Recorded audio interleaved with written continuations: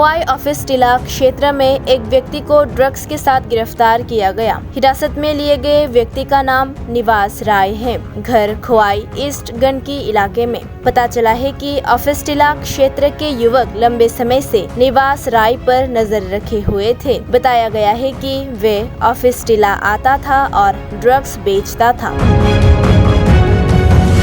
खबर के मुताबिक स्थानीय लोग उसे पकड़ने के लिए बैठ जाते हैं। शनिवार की सुबह जब निवास राय को ऑफिस टिला परिसर में घूमते देखा गया तो स्थानीय लोगों को शक हुआ और उसे गिरफ्तार कर लिया गया। निवास राय के गिरफ्तार होते ही स्थानीय युवकों ने उस पर तलाशी चलाकर भारी मात्रा में नशीला पदार्थ बरामद करने में सफलता हासिल की। खोवाई थाने में सूचना मिली तो खोवाई थाने की पुलिस मौके पर पहुंची और निवास राय को गिरफ्तार कर थाने ले गए।